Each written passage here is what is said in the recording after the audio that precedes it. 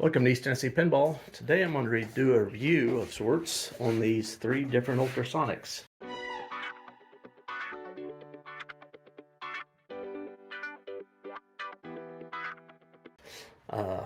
This one here is new to me. It's I don't know how old it is. I just got it. Just shipped in this weekend. I bought it off eBay for like 70 bucks. It's an L&R, American made. There's a bunch of them listed on eBay. Most of them are in the $170, $180 range. This is a Harbor Freight version. I've used this one quite a bit in the past. I think I paid $59 for this one. And this is one that I've had for less than a month. I had one just like it.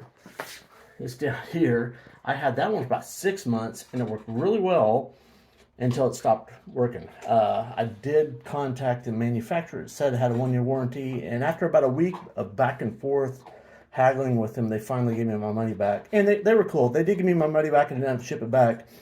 But the week of haggling wasn't really very much fun. But anyway, so I got this one. I got my money back. I bought the same thing. It looks a little different, but it's the same model.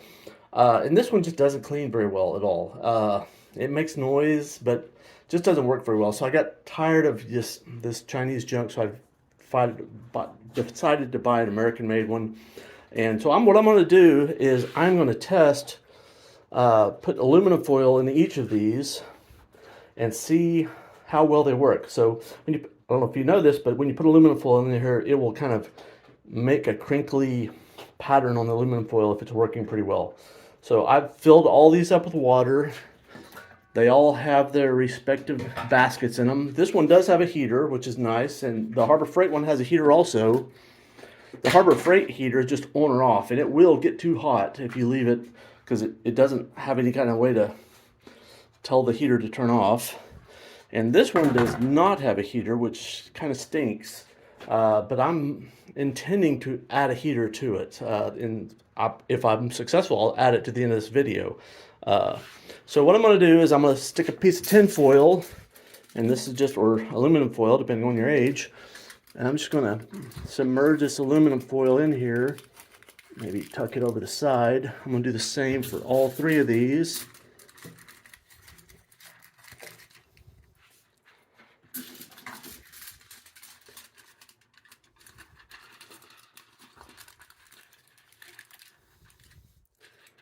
I've got the baskets in there in case those baskets attenuate the signal any. So I think I've got to reach down there and plug them all in. So I'm going to run them for, I don't know, a minute or 2 minutes, check on them, and then run them a little longer, and then check on them and run them a little longer, and we'll see what the performance is on all of them. So this is just straight water, and it's all, I just filled them up, so it's all tap temperature, so it's probably like 55, 60 degrees F. So let me plug them in and I'll turn them on. Okay, so they're all plugged on. This one's just got a timer. You can run it up to 12 minutes, or you can click it to the hold and it will run forever. This one, I think it's like 480 seconds. Let me see. Yeah, 480 seconds. And this one you can run up to 30 minutes. So anyway, I'm going to let them run for about 1 minute. So let's say 2 minutes, and then we'll check on them. Okay, so I've run them all for 2 minutes. Look at the foil.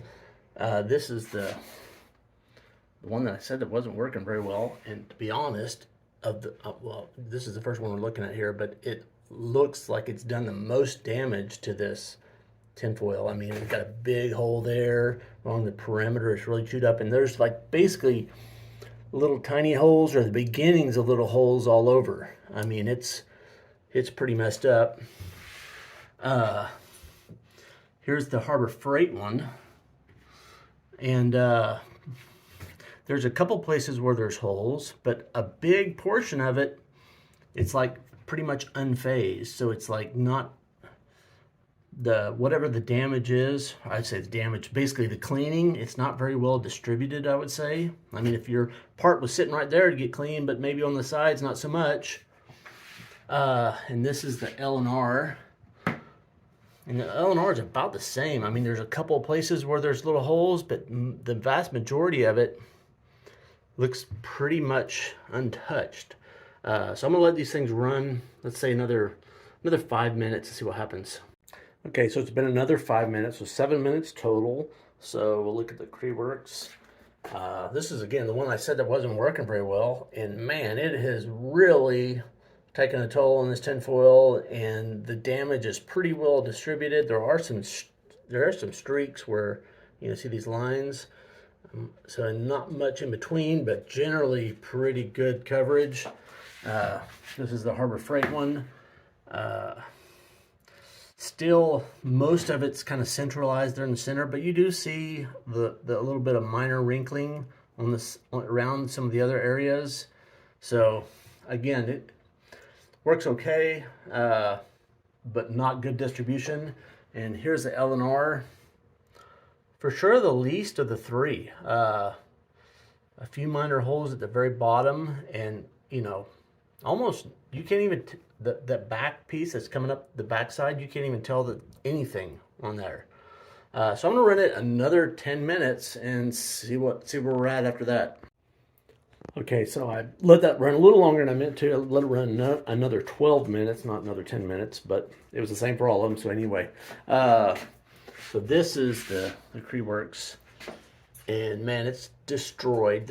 It's almost broken in two. There's just a little bit right there attached, and man, just a smidge right there. But it is really destroyed. There are some, if you look real close, there are some gaps where it's not very modeled in between these lines. It's like different depths where it's not good coverage, but overall it's pretty well destroyed that tinfoil. Here's the Harbor Freight one. Again, there's a big hole in the center. There's some modeling over here on the side adjacent to the hole, but that's about the same depth. This is slightly higher over here. So these are it's kind of depth sensitive, it appears. I guess you've got these pressure waves, and they set up waves where you got one place where there's a lot of pulsing, and then slightly above it there's not, apparently. And here's the L&R. The least of the three, maybe better coverage than the Harbor Freight. The holes are kind of spread around a little bit more. But still, there's significant places where you can't even tell this thing was stuck in there. I mean, I did, by just happen chance, I did stick this up closer to the wall. Maybe that was not a fair test of it. I might do this one again because these other ones are kind of at an angle more, and this one was kind of jammed in the wall and then in the basket just when I put it in there. So I may do this one again, give it the benefit of the doubt, but I'd say of the three, this was the worst performer. So I'm going to do this one more time with another piece of foil, and I'll just go ahead. I guess we've done 2, 5, and 12, so I'll just do the whole 19 minutes, and we'll see where we're at. Do this one again in 19 minutes. So I'm running this one again. I said I was going to go for 19 minutes. This is right at 2 minutes right now, and it's already got significant damage. So apparently the way you stick the tinfoil in there makes a lot of difference. This is pretty much floating. It's touching that basket a little bit. Yeah, there's already holes, and there's pretty good coverage in terms of like the little modeling that you see. So I guess maybe the way I had that gemmed in there didn't work as well.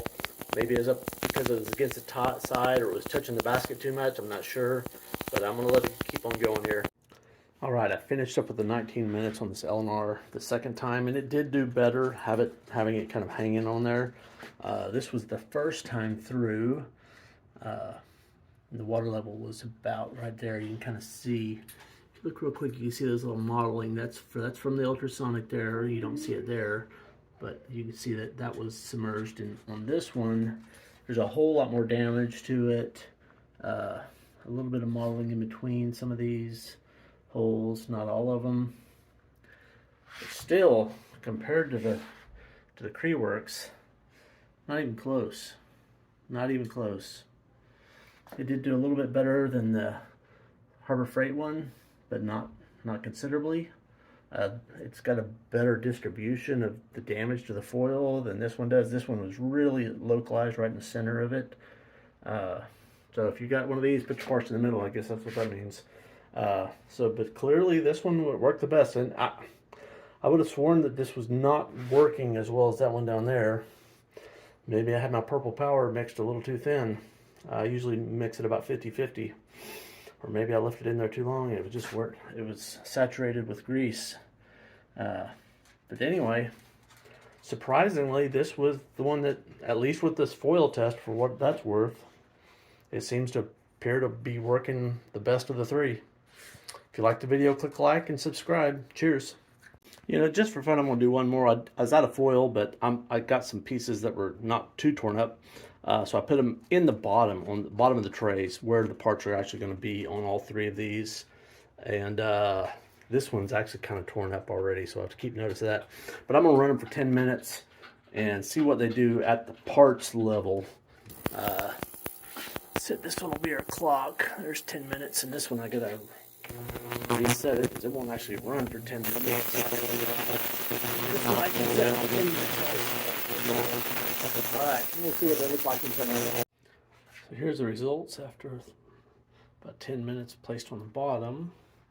There's the Creeworks. A pretty good hole and quite a bit of damage really throughout. Here's Harbor Freight. It actually did quite a bit. I would say there's some areas where it didn't really get to, but they're in the center, man. If you put your parts right in the middle and the bottom of this thing, it's going to tear it up. Tear it up in a good way, I guess. Cleaning, I mean. And here's the L&R. This one was the worst to start with because the foil was pretty deteriorated. And there's lots of little holes in it, but some of those were already there, and there's areas in between with not much damage. So I still say this one's probably doing the best job.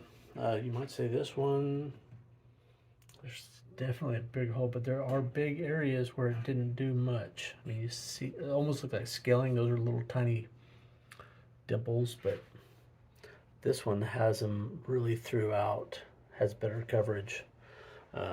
So this one seems like it works the best. The problem, well, had its sister right down here, lasted 6 months. So, you know, that's a real bad thing. This is actually my second one of these. I had my first one for several years before it died. So, and this thing is, who knows how old this thing is. I'm guessing it's maybe a decade old or more, and who knows how much it got used. But, you know, this thing's probably going to last a long time.